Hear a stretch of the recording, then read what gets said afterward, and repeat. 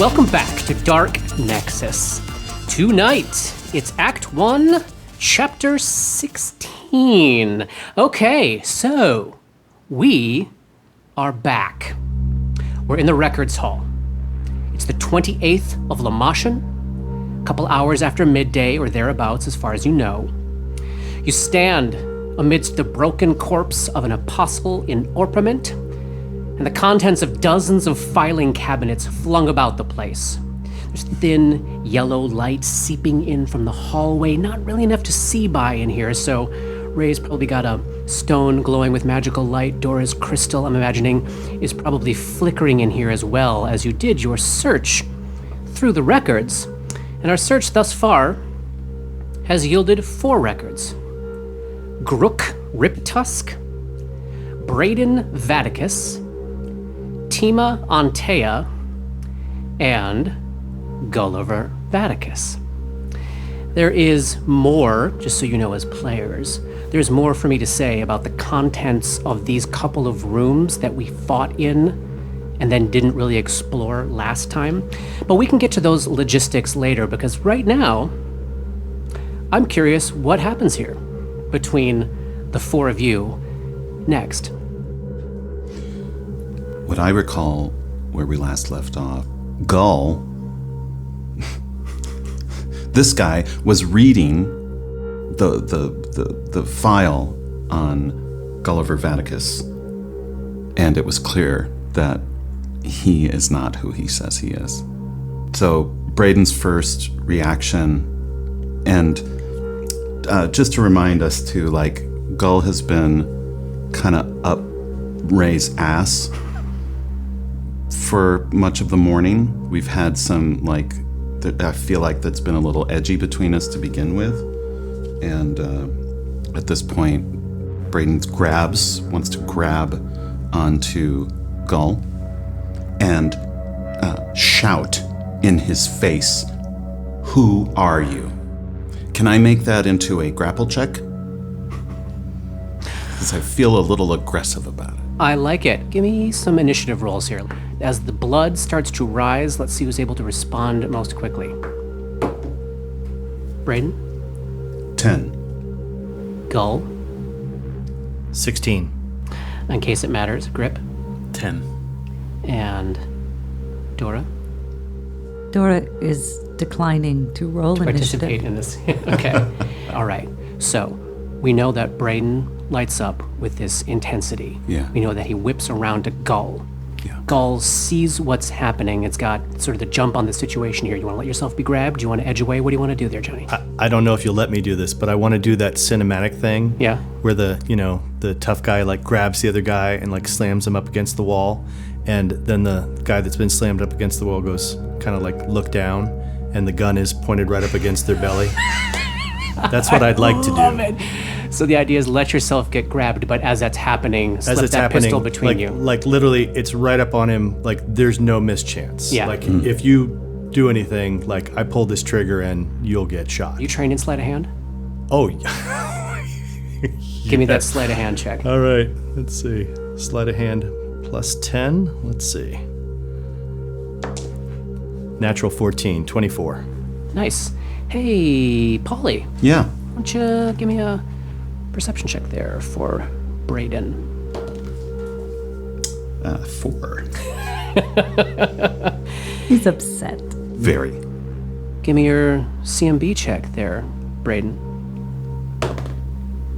4.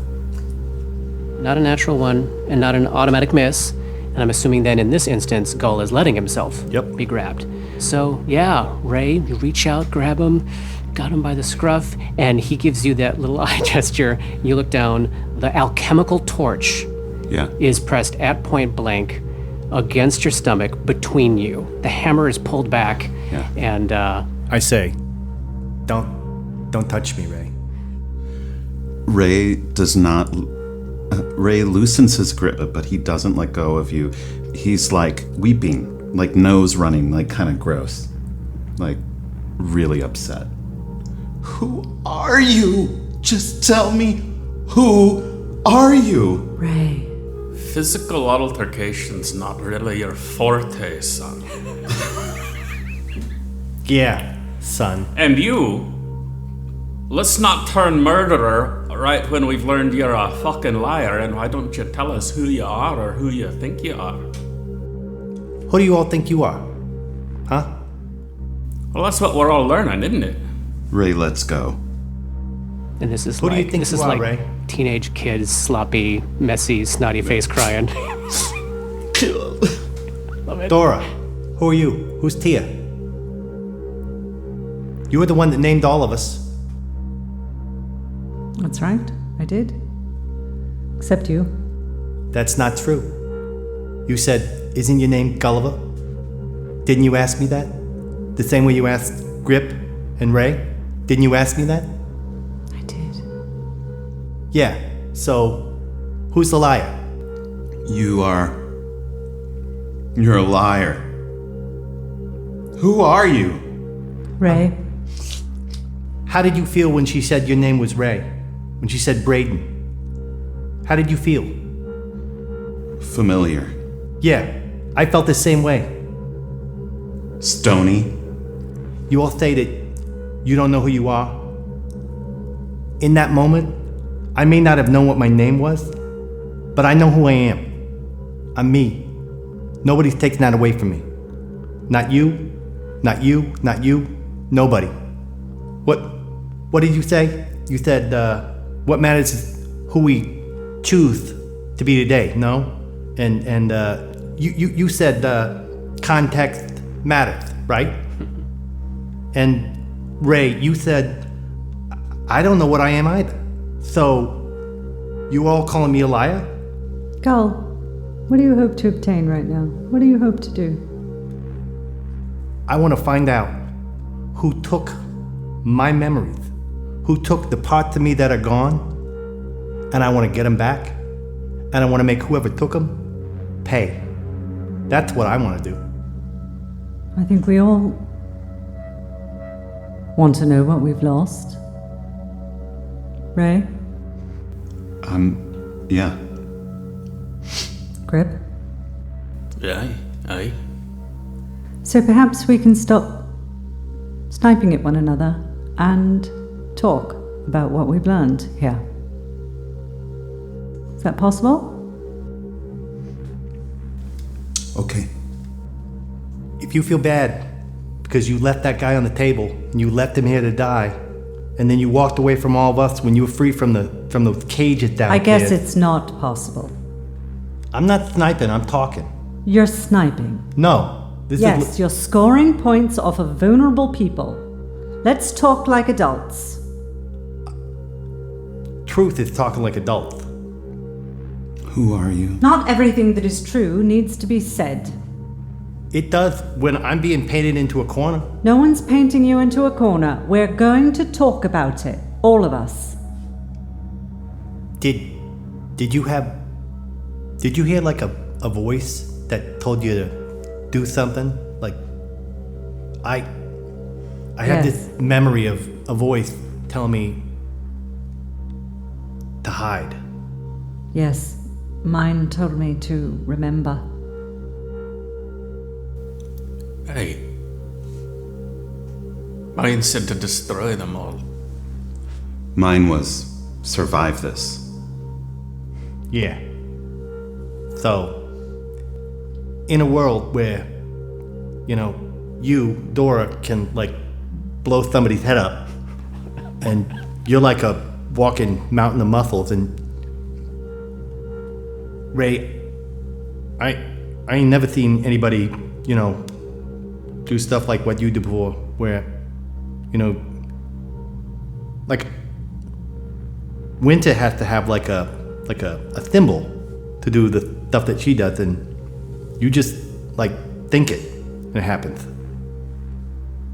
You all are so powerful and strong and scary, and you give me a hard time about my stuff, but if I don't have this stuff, I can't do anything. So when me saying that things are, mine, that's because they're the closest thing to like power or the ability to change things that I have. And I think I'm Gulliver. When we read those files on us, there were a couple things that like popped in my head, and I don't know if you all heard the first one, but when Grip was reading his, they said that they sent 5 people. Who's the 5th person? The dead guy on the table. Right, but the dead guy on the table, that body belonged to me. That was my body. Whose body am I in? I don't know how I'm in this body, but in a world where you can do crazy magic shit and you can, blow up people's heads, and is it that crazy to think that Gulliver Vaticus put himself into a different body to hide, to get away from the Ragman? That's why you can use his stuff. Because it's me. I want to make a knowledge check, local. Uh-huh. Now that we have this information, now that we have these names, these full names, and we know that there was a 5th person that was part of this crew, based off of Grip's reading of his first thing of like, that there were 5 people dropped off from Lowell's, that he left 5 people here. I want to know if I know anything about those 5 people. What do I know about this crew that worked for Hazardton Pragmus Lowell's? Great. So let's check back. Or do I, or can Right. I even know anything about that? This is a great time to sort of rediscuss how I've been handling memory throughout. As we talked about before we started, when you didn't have any idea what this campaign would be like, I said it's impossible for you to remember things that directly touched your life, but the rules of the game allow you to make checks on stuff that aren't related to you, so general knowledge checks, of course. And what I've been doing as we go along is, as you were seeing with some of these dreams, like you might have experienced something in a dream, not remember what it was, but get other information later, and then I'm like, here's a moment where you can make a knowledge check, yeah. Or if it's like, if a player gets an idea about something their character went through, I'm like, okay, let's see, maybe I'll give them a check on that as things start to stir up. So I will take a knowledge local check from you. Okay. Let me see what you get for that. Okay. A 9 plus 7, 16 plus 5. What is that, 9? 21. 21, and I am going to blow one of my last 2 action points, or shame points, Shame points. Oh. especially considering what I talked to you about. Let's talk about before. that too. Yeah, talk about your shame point idea. All right, so we've talked about how every time we play a campaign, our idea of action points is a little bit different for that campaign and sort of what it means. And we, in re-listening to the episodes and thinking about this idea of shame, I had this idea that maybe it's not so much shame as it is this idea of the people that we were, sort of, even those places where something has been stolen away from us, those empty rooms, there's like peeling paint left on the walls of these rooms. There's still something that part of us, that our bodies remember, even if we can't consciously remember it. And so that maybe these action points, these shame points are stolen selves that are trying to resurface in some way. Like a piece of you with more life experience, than we have in this moment, but that we lived through something, even if we don't consciously remember it, even if it's been stolen from it, some part of it still exists within us, within our genetic makeup, within our bodies, within our souls, within ourselves, that can't be taken away from us. When Johnny mentioned this to me, I loved the idea for Gull based on the way he's been interacting with this hide yourself instruction that he originally got, and it made 100% sense to me. I'm interested to hear, does that resonate for any of the rest of you with what you're going through? I mean, I think for Grip, along that same line, the things that Grip keeps learning about his past, he's not embracing that. Like the sort of authoritarian, cruelty-based flashes that he's got. You know, the woman who I threatened, her whole family, Erwin. and the thought. Yes, thank you. So that and the flash of the axe up against the kid's neck that so offended Ray.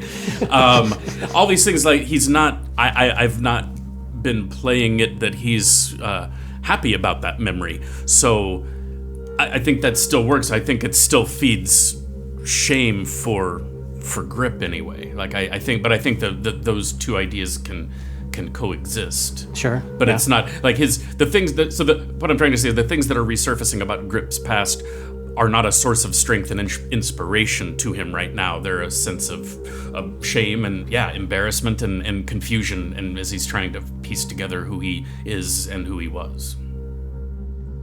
I think Dora, of everyone, is the most sort of open to whatever she used to be, because she is so confident in who she is right now and in the fact that that's all that matters. So I think for her, it is more of a literal embarrassment, frustration type thing when she uses those action points, which I'll note, she's not out. She's not almost out. She's used one. I don't know that it comes up a lot for her. Yeah, that really she's hasn't, on has a it? journey of curiosity about where she came from, where everyone else came from. Things might change in the next couple of minutes. But up until now, she has been very sort of approaching it with curiosity. So that doesn't quite ring in a deeply resonant way for her. But like I said, that might change.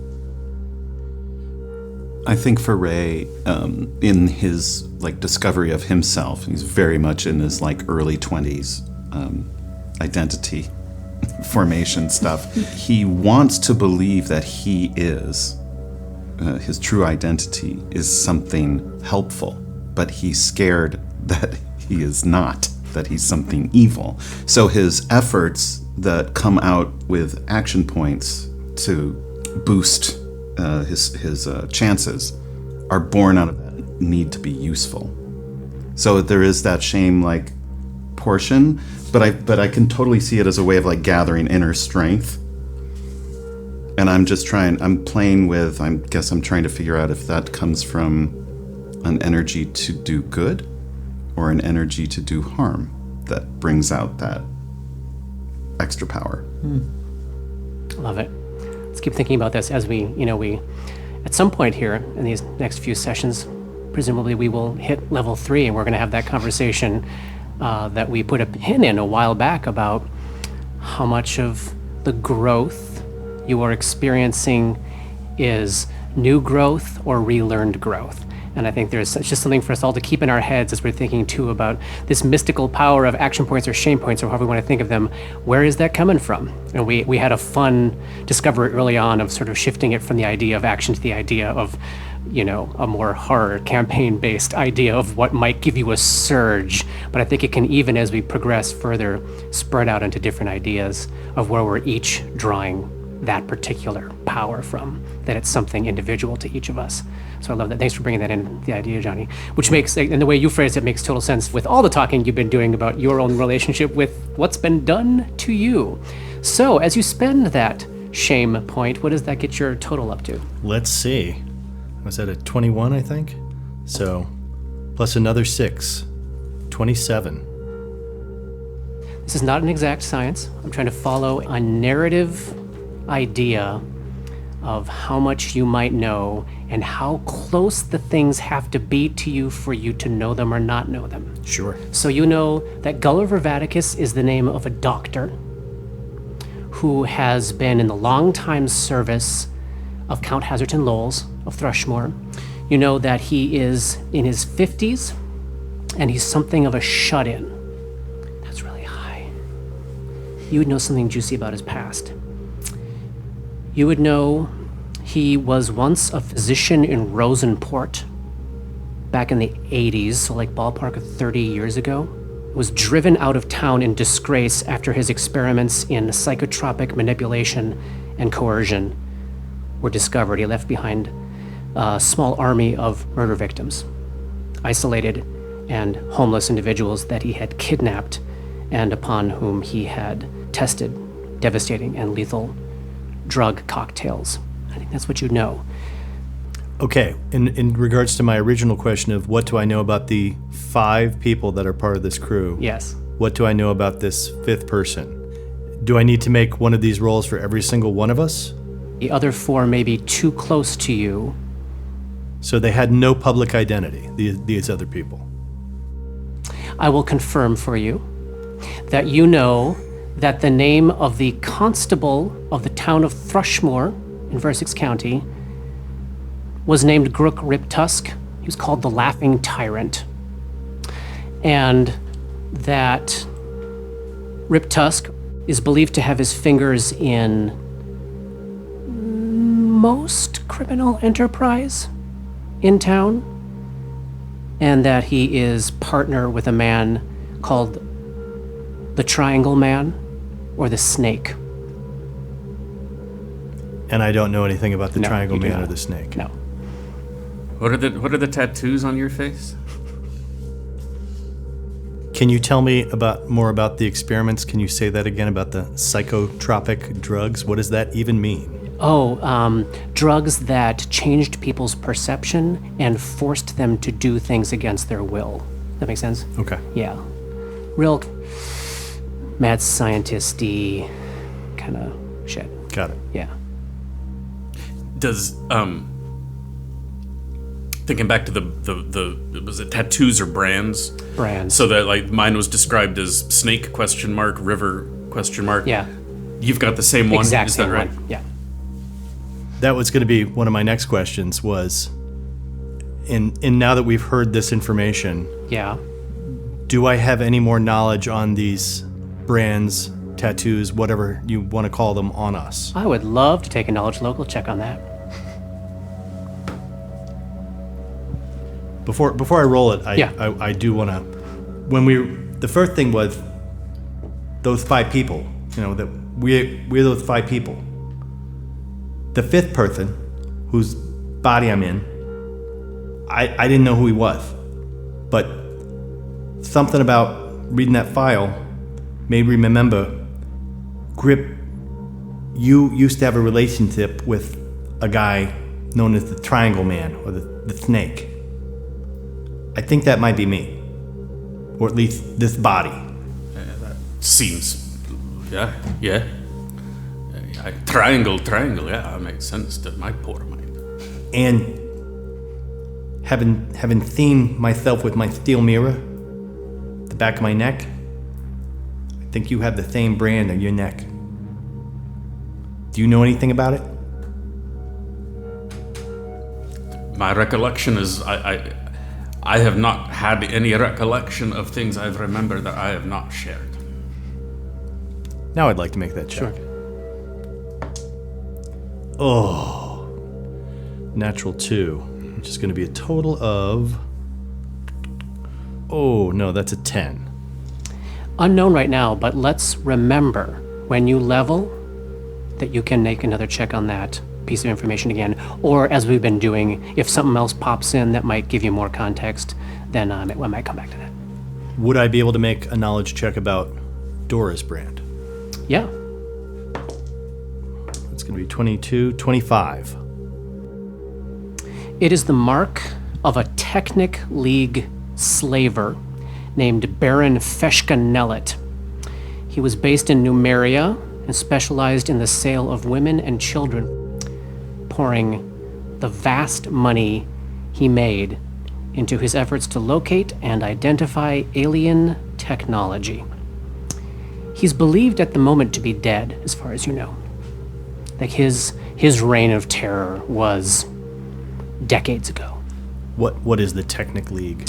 So Numeria is in Avestan. A little further north is a place where a starship crash landed at some point in the past, and they're like buried Starfinder era levels of technology all across the landscape there. Like there are androids living in secret in that country, just on a meta level, like Gull wouldn't know that. But it's known as a place where there is all this weird technology from other planets, and there are people there who make a lot of money out of holding ground where there are buried components, digging them up, figuring them out, selling them off, and technically is one of these organizations like that. So she would have been like human trafficked by them? Is that what that is? That would be your assumption, yeah. I may have. There may be someone who can help us. Someone who may know us. I don't know for sure. I want to apologize to all of you. I've made a terrible mistake. Ray, when we spoke that day in the boiler room and you asked me about what happened in the hallway with that doctor when I lost control.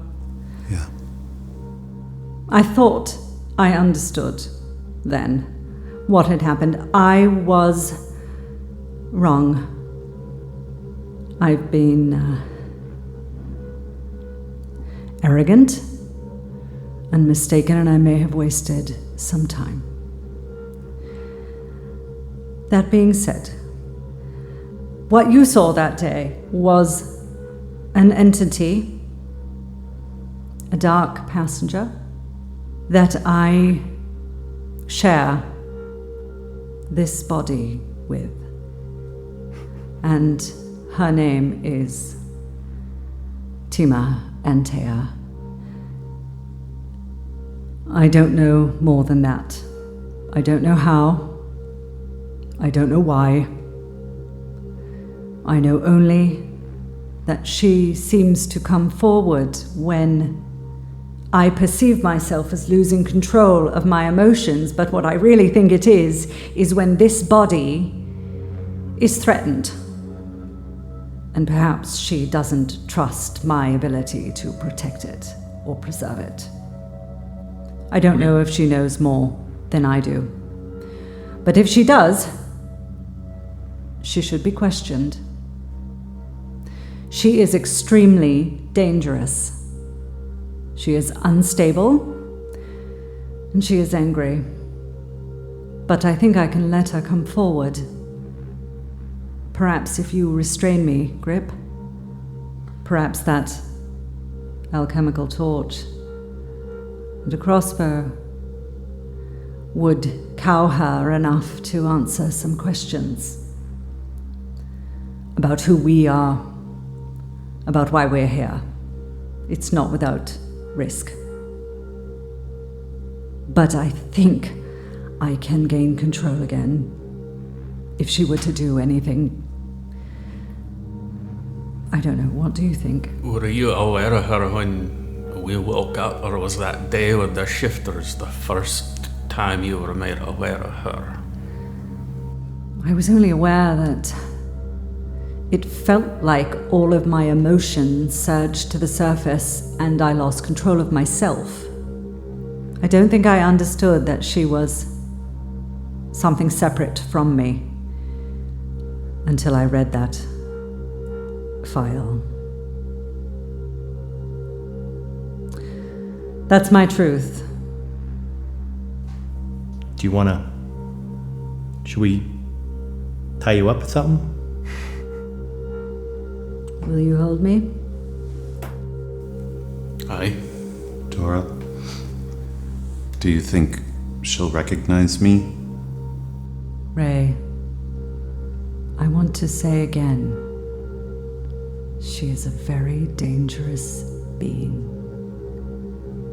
Please, don't look to her for affection. I don't believe her capable of it. If you don't feel up to asking questions, I'm sure Gal will. Pretty sure he will too. May I use your crossbow? I don't Yes. have a ranged weapon. She gladly hands it over just to lighten her fucking encumbrance. So. How would you like me to restrain you? Whatever you think is best. As we've discussed, we don't have that 50-foot rope, so I think it's probably just. How far away Half Nelson, full Yeah. Nelson. Oh yeah. was the straitjacket? There was a straitjacket that was left in one of the rooms, not too far from here. In the basement. Dora would right? rather Or was not it all the wear way a in the straitjacket. basement? Oh Basement. god. Yeah. We'll do the old half-orc touch. So, in what sort of environmental circumstance do you think she needs to make this happen, or do you think she just She just has to has open to- a window. Okay. All right. So we're in the records room in the shambles. Creepy glow of the crystal, glow of the light spell. We've got Dora and a half-orc Nelson. Half-orc health. We know Ray has crossbow trained. Are you keeping that alchemical torch on her? What's your plan? I think I just have it sort Just of have it my in hand. Yeah, it's In case. What happens, Katie? Dora closes her eyes and bows her head, takes a deep breath.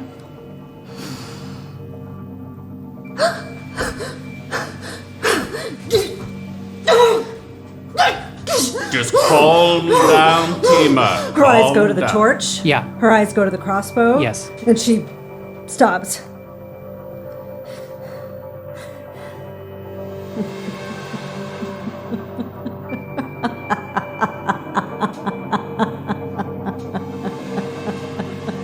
This is the first time I believe both Gulliver and Grip are seeing this face. Because I was You down, were right? I was down, unconscious. Gull Yeah, was down yeah. too. And as Katie described it before, it was like another face punching out of her, right? Yeah. Yeah, tell us a little bit about what she looks like. She looks like Dora. Yeah. But she is, it's like, I was just reading this in the Wheel of Time, and every time somebody talks to Rand in the later books and he does something mean, it's like he brings this black aura into the room with him. Like it seems like the room darkens. It feels like the crystal. Yes, the crystal light. Just like goes down to a flicker, Love it. which casts a shadow, She's a like creepy underlit. shadow, on her face. Still recognizably Dora, but none of the serenity, none of the curiosity, nothing capable of thoughtfulness is left. Thoughtfulness. This is raw, big emotion. You let me go, right? This is my body. This is my body, and she stole it. She stole it. You'll let me go, right? Right? You have to. You have to. It's mine. It's mine. You let me go. You let me go, and everything will be fine. I won't touch you. I won't make your head explode. I won't hurt you, you big crybaby. Just let me go.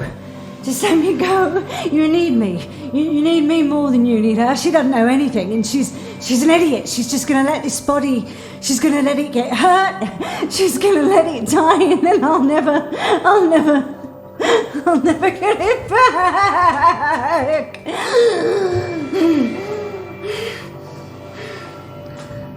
Crystal flares again, and Dora's back. So are you conscious of what's happening when she's in there? Yes. And I was acutely aware that she doesn't remember anything any more than I do. shit.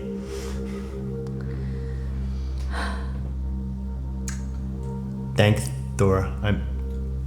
I know that had to have been hard. Since there is nothing that can be done about her at the moment, I shall endeavor to find a way to make her useful. Should I let you go now? I would greatly appreciate it. Sense motive. Yeah. Just because of what we just saw. Yeah. Natural 16 plus. Okay. Do you think when Dora says there's nothing that can be done about it right now, is that her truth? It is her truth right now. Okay. Her mind is thinking about rituals, Yeah. thinking about exorcisms, Yeah. thinking about, whatever the mind grasps for when you learn that you are possessed by another entity that you don't particularly like. But also, everything changes every day. It's day 5 of this campaign, and we are all significantly stronger than we were 3 days ago, right? So I think anything could happen. But this is mainly about reassuring them Yeah. that she is on it. That's what she's hoping to convey here, is that she came back when she wanted to, and while she can't force this being out, she's beginning to make connections about the bleed damage that happened when she she used one of her powers while Timo was forward, things like that. Like, she's beginning to understand her limitations and strengths. So now that we're 16 chapters in, Yeah. I think we can, for the first time, talk about the Yes. last lingering class mechanic we have Yes. not yet discussed, because we were waiting for this exact moment. Do you want to Yes. fill us in on everything Yeah. about your character class you've not yet told us? Which is so cool. This part of the class is called the Psychic Discipline. There's a ton of them to choose from. I honed in on this one from the get-go, and nothing came out that felt better. Yeah. That this seemed like the perfect campaign in which to experiment with being possessed by an entity you don't know who it is when you don't remember your past.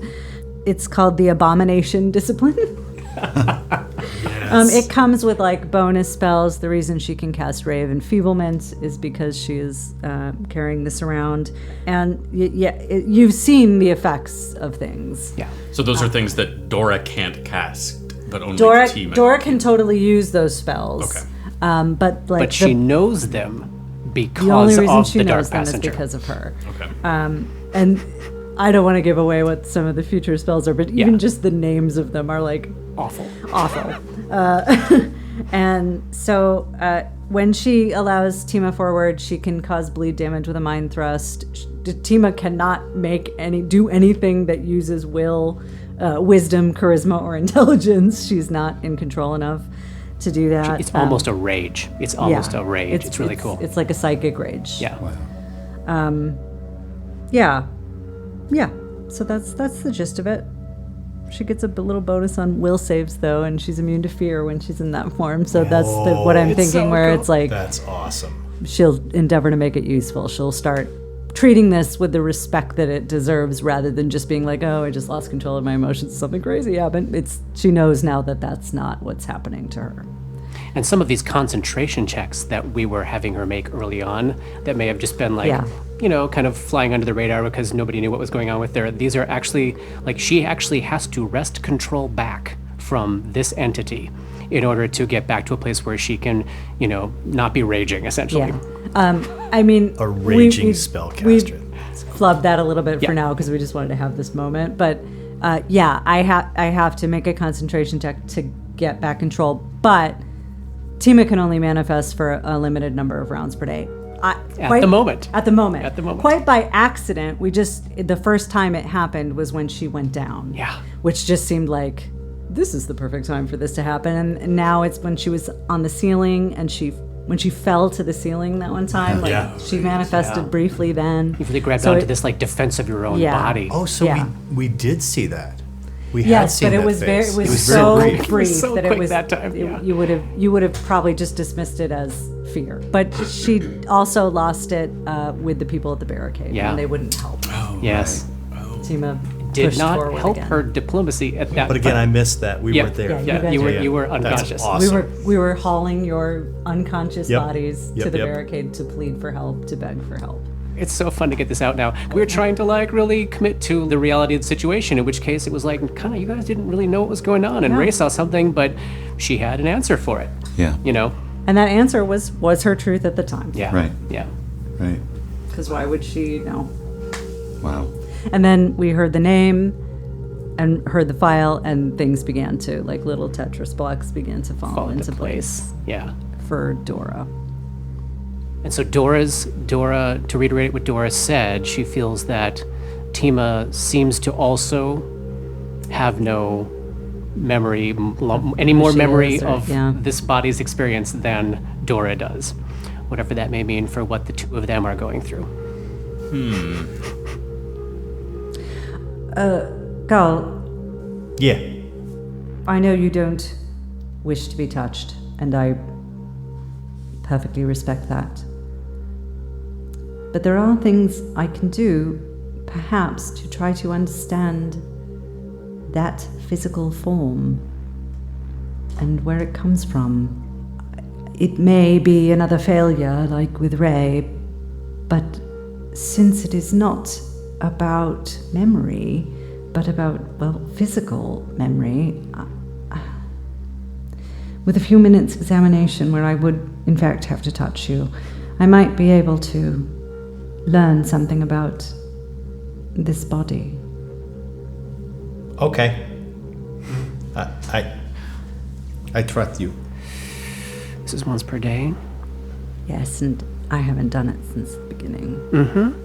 So you're interested in doing some blood reading Yes. on Gull. I'd like to stick my fingers into one of his wounds. No, I mean, well, yes. Yeah, I mean, I actually. would like to do that, if that's okay. Yeah. I mean, if you can tell us who, the triangle man, the snake is, then yeah. All right. Would you mind, where is your wound? I think I probably got cracked right across the face.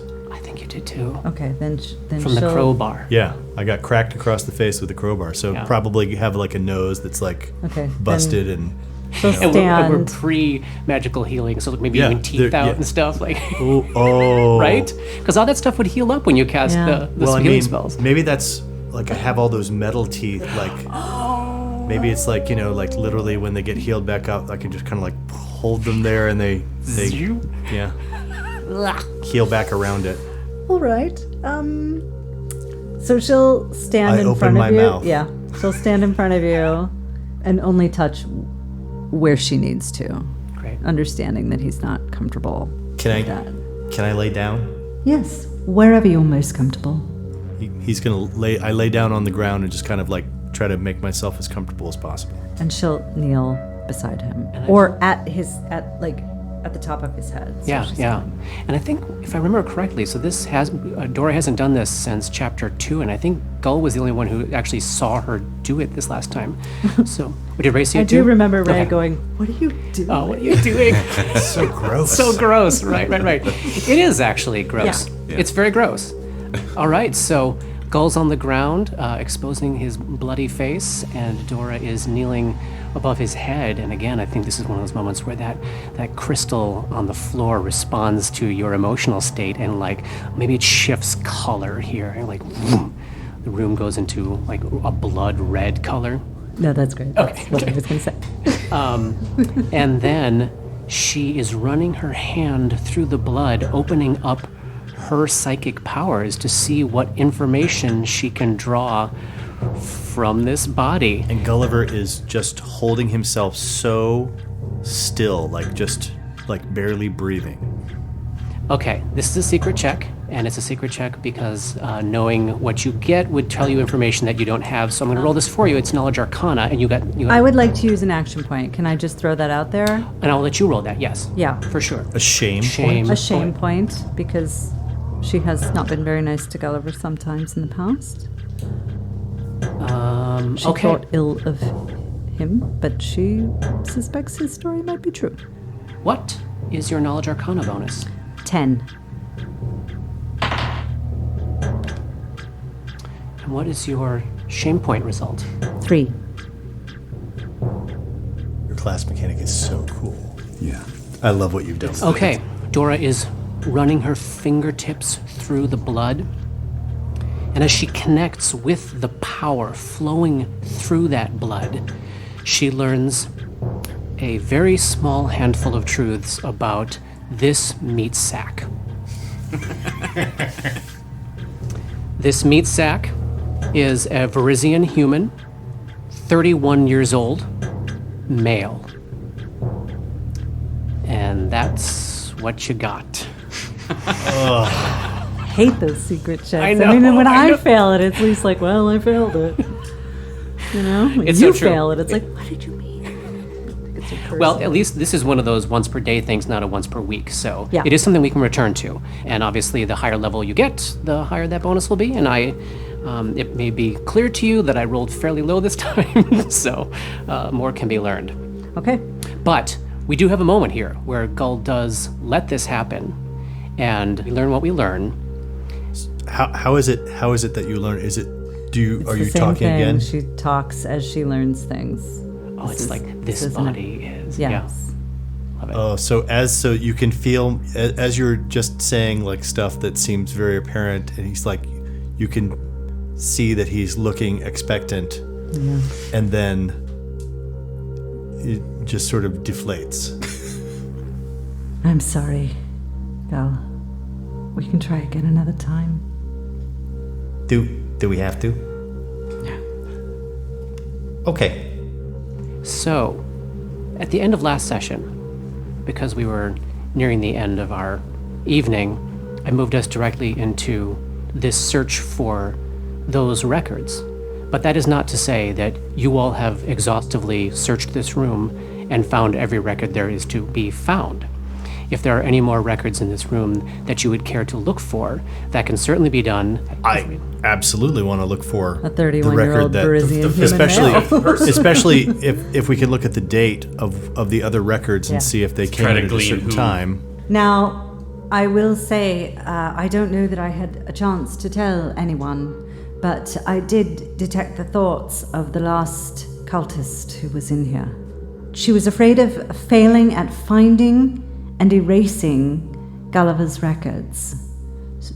So it would seem, perhaps, that they hadn't, or I don't know how to interpret this. They had everybody's records, though, and they had what they believed to be Gulliver. No, when you found the other records you have found, they had not yet been pulled out. And as you reflect back on that woman's mental state, Yeah. that you would probably put together a story of like she was just going through looking for Gulliver Yeah. with no rhyme or reason, Okay. in a kind of crazed, maybe even partially drugged, kind of totally out of it fashion. So then we found them. You found the records that we read last time, yes. So that seems like a good place to start for looking for a fifth one. So Also partially drugged. Yeah. I don't not enough. There was not a game effect going on with her, but let's bring this in. She would have been a little red-eyed, a little kind of intense in her movements, as though she wasn't entirely sober. Okay. Great. So you want to look for a record of somebody with this body's physical description. Yeah. Yep. That was matching. Came on the same day. Yes. I do have such a record. It does exist, strangely enough. Yeah, who does find it? Well, I kind of took, Johnny, from you the opportunity to to control how that information about Gulliver came out last time. So let's roll. Roll a d4. Let's roll a d4. 1, 2, 3, 4. Hey, Grip finds it. my years of book Because learning you keep calling finally him pay off. stupid. He called himself that. So Robert, Yes. why don't you give us the patient record information, because that's got physical description, and in the circumstances, you see where it says according to Count Knowles. Yeah, read through that. So otherwise, assume that basically this is identical information that you found on the other 4 files. So, Grip. Patient record. Unknown male number 287. Male, human of Varisian descent, approximate age 30 to 35. 5 foot 7 inches tall, approximately 135 pounds. Olive skin, black hair, short, and mustache beard, short. Brown eyes, slender build, numerous metal teeth. Unidentified brand on back of neck, serpent, river. Spiral tattoo of numerous triangles on left cheek. According to Count Lowles, this man's true identity is unknown. Earliest known name was most certainly an alias. Some call him the Triangle Man, or occasionally the Snake, but he is unlikely to respond to those appellations. Note from Lowell's. This is the most recalcitrant individual you will ever encounter. Without sedation and or psychotropic manipulation, he will thwart your every best effort and make your life a living hell. Believe nothing he says. Lying to him is like breathing. And that's the end of chapter 16. We'll pick it up here next time. Ray bursts into tears.